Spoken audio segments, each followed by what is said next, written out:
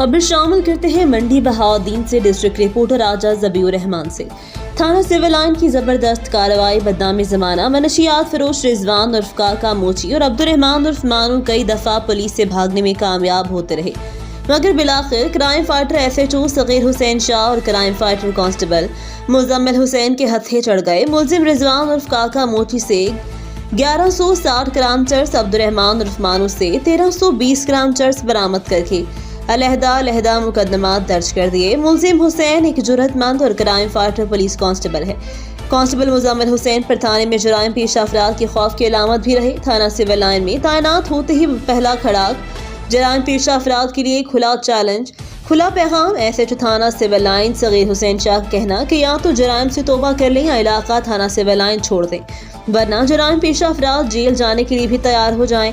एहसान वड़ाइच के साथ राजा ज़बीउर रहमान, रेड न्यूज़, मंडी बहाउद्दीन।